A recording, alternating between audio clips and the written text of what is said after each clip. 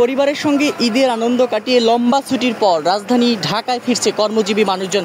আপনাদেরকে এই মুহূর্তে সরাসরি যুক্ত করেছি যমুনা সেতুর পশ্চিম টোল প্লাজা থেকে। একটু যদি আপনাদেরকে দেখাই, যমুনা সেতুর পশ্চিম টোল প্লাজা থেকে একাধারে প্রায় 40 থেকে 50 কিলোমিটার ব্যাপী তীব্র যানজট লেগে রয়েছে, তেমনটি কিন্তু আমরা জানতে পেরেছি। এবং এই যানজট সকাল থেকেই কিন্তু এই যানজট এখন পর্যন্ত কাটছে না, তেমনটি দেখা যাচ্ছে। যমুনা সেতুর যে টোল কর্মীরা রয়েছেন তারা কিন্তু এই যানজটে টোল নিতে হিমশিম খাচ্ছেন, তেমনটি দেখা যাচ্ছে। তীব্র যানজটের কবলে পড়েছেন বিশেষ করে ঢাকা টাঙ্গাইল মহাসড়কের যে সকল বাস চলাচল করছে এবং ঢাকা টাঙ্গাইল মহাসড়কে যে সকল যাত্রীরা চলাচল করছে তাদেরকে এই ভোগান্তি পোহাতে হচ্ছে, সব থেকে বেশি ভোগান্তি পোহাতে হচ্ছে। বিশেষ করে এই ভোগান্তিতে, এই তীব্র যানজটে সব থেকে বেশি কষ্টের মধ্যে পড়েছেন বিশেষ করে শিশু এবং বয়স্ক যাত্রীরা।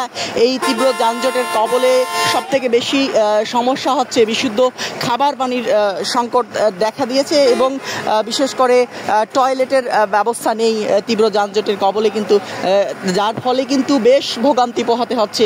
ঈদের আগেও ঈদ যাত্রায় এবারে ভোগান্তি ছিল এবং ফিরতি যাত্রায় কিন্তু এবার ভোগান্তি পোহাতে হচ্ছে, তেমনটি কিন্তু আমরা দেখেছি। তবে ঈদুল ফিতরে এই ভোগান্তি খুব একটা ছিল না, তেমনটি আমরা দেখেছি। তবে এবারের যে ঈদের ছুটির, সেই ঈদের ছুটির সঙ্গে ঈদের ছুটির সমন্বয় হয়নি, খুব একটা ঈদের ছুটির সমন্বয় হয়নি, যার কারণে কিন্তু সাধারণ যাত্রীরা বলছেন ঈদের ছুটি সমন্বয় করে ছুটি না দেওয়ার কারণে কিন্তু এই যানজটে পড়তে হচ্ছে। তো এই ছিল এখন পর্যন্ত যমুনা সেতুর পশ্চিম টোল প্লাজা থেকে সর্বশেষ পরিস্থিতি। আবারও যদি একটু বলে রাখি, যমুনা সেতুর পশ্চিম টোল প্লাজা থেকে শুরু করে প্রায় 40 থেকে 50 কিলোমিটার ব্যাপী দীর্ঘ যানজট লেগে রয়েছে ঢাকা টাঙ্গাইল মহাসড়কে।